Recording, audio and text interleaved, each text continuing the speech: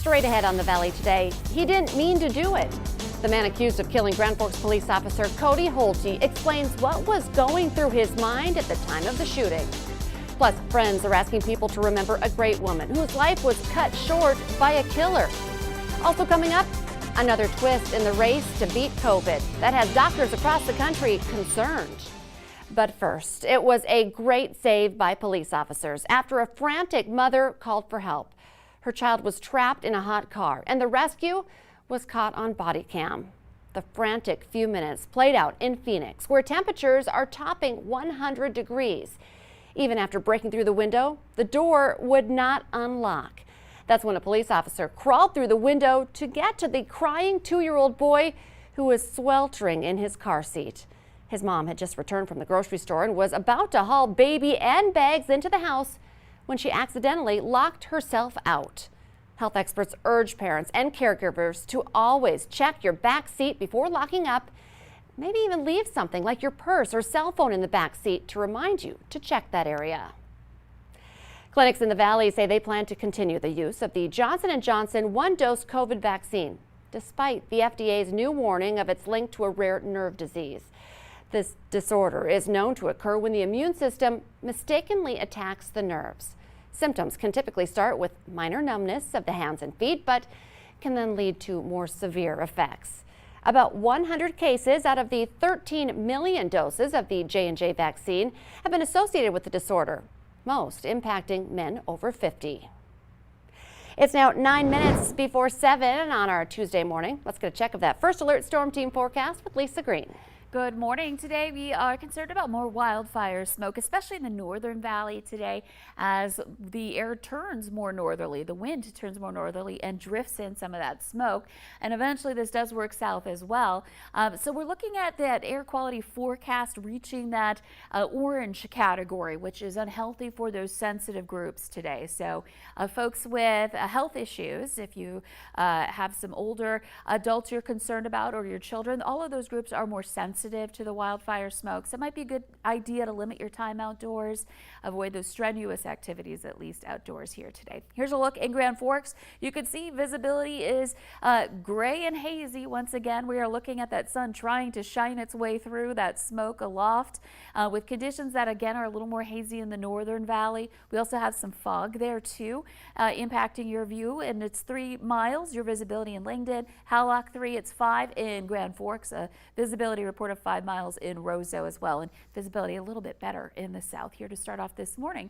Our temperatures are comfortable. Most of us in the 60s in the south. In the north and west, we're more into the 50s. It's 50 degrees in Langdon, so a cooler start there. 59 in Grand Forks. Fargo's at 62, and we're looking at some low 60s over into Lakes Country in Minnesota with calm conditions there. That wind starting to make that northerly turn, and once we start to see a more directly north wind, we'll likely see more of that smoke start to filter in. Again, those fires are burning up in eastern parts of Manitoba and northwestern Ontario. So that would be the direction we'd watch that coming from. And radar and satellite map looking quiet. If we didn't have the smoke, it'd be a beautiful blue sky, sunny day, and we'll see some of that blue in the south especially, but again, a little more of that haze continuing. A look at our forecast as we're stepping out the door this morning. Next couple of hours will warm up into the 60s. By 9 o'clock, we're into the low 70s at that point, and then continuing all the way into the afternoon, we'll see temperatures rise into the 80s. 87 your forecast in Fargo with that hazy sky again, and perhaps more smoky Wednesday and into Thursday with a chance for some rain and thunder in the southern valley on Wednesday, and that unfortunately is our one shot at precipitation here this week. It's looking pretty dry and hot. Saturday and Sunday warming into the low 90s. Hot and dry. My lawn's going to get crunchy. We need some rain. Thank you, Lisa. It's now about 6 minutes before 7. A man accused of killing a Grand Forks police officer says he didn't mean to kill anyone and says he actually feared for his own life the day Officer Cody Holte was shot and killed. 42-year-old Solomon Pendleton is facing 2 counts of murder for the deaths of Holte and his own mother, Lola Moore, who was hit during an exchange of gunfire as police tried serving him with eviction papers. Pendleton told a Grand Forks jury yesterday that he wanted to surrender to authorities, but says he was traumatized when he saw his mother's body in the hallway. He said he was aiming for the legs of the officers, but his vision was impaired because he wasn't wearing his glasses. Closing arguments are scheduled for today. Friends are remembering a Minnesota mother who police say was killed by her husband. Authorities say Lisette Reinbold was killed late last Friday. Her friends say she was dedicated to her kids. She leaves behind 4 kids under the age of 14. Meanwhile, the hunt continues for 44-year-old Eric Reinbold.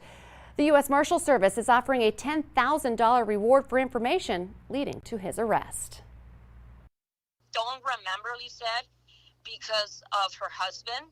I want everybody to remember her as like this strong, independent woman who dedicated her entire life for her kids.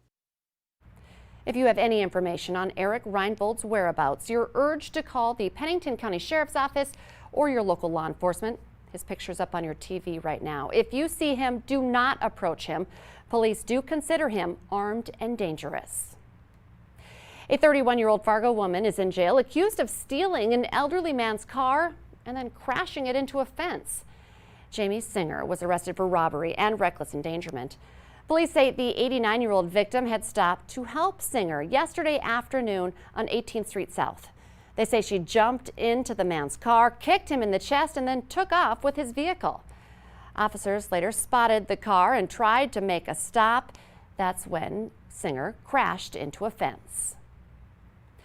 The parents of 2 teenage brothers killed in a crash back in 2015 have filed a new civil rights lawsuit against 7 people who they claim are responsible for their sons' deaths.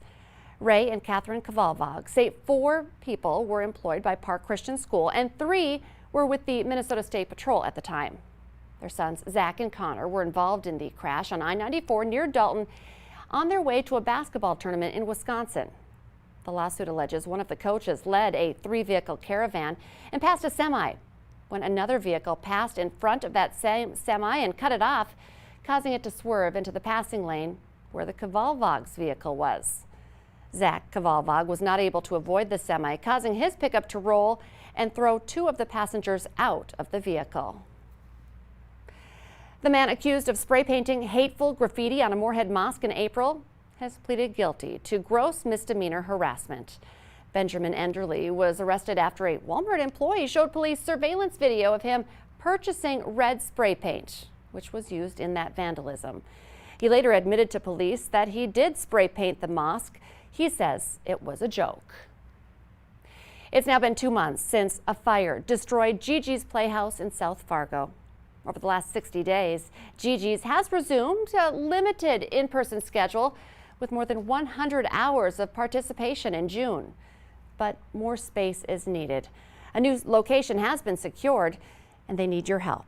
If you can help in the rebuilding process, just go to our website, valleynewslive.com. Hey, what would you say to traveling on a shuttle to see the Trollwood musical for free? Sounds like a pretty good deal. That bus is providing their Link FM service to anyone who wants to see Cinderella. The Valley Today's Brian Sherrod joins us live this morning with how you can sign up. Good morning, Brian. And good morning, Lisa. I'm usually the kind of person that will say yes to anything that's free, but adding Cinderella in there is just a great incentive. Now, to get yourself involved, it's super easy. Look for the Azul Hornbachers, and you're going to look for this shuttle right here. Not the shuttle, the actual shuttle bus area is what they call this. Once you find this, and it's around the nighttime time, you'll see a pink matte bus driving by. It's like a Link FM vehicle, and once you find that, you'll take that on your way to the show, and that's going to be your ticket and your way to get to that blue stem showing of Cinderella. Now, you want to make sure that you get here at a pretty good time because they're probably going to be pretty full as you are getting yourself ready to get on that ride, and also letting you know that it's easier because if there's going to be so much parking at Blue Stem, why not take it here, and that's going to reduce the carbon footprint as well. This is really going to alleviate a lot of the parking concerns that can happen down at Blue Stem. And we're going to take you right to the front door. You don't have to walk, across a big parking lot. Bus service begins at 7 each night and goes until about 11:15 each night for 6 days a week. And you can see the times and dates on your screen. Also make sure you bring a mask with you as you're heading on MAT Bus. It's going to be through Fargo, West Fargo, Moorhead, and Dilworth. And if you pay $40, you can do unlimited rides for a month. Brian Sherrod reporting live. Thank you for that update. And of course, Cinderella starts tomorrow. Let's get our answer now to our question of the morning on Facebook. Today's question: according to researchers, this simple thing can increase your tolerance to pain. Who knew we were helping ourselves? The answer: cursing. Could be a good thing. Remember, the Today Show and CBS This Morning are just about to start, but the Valley Today rolls on. You can join us right now for more live out-to-the-minute news and weather on the Fargo CW.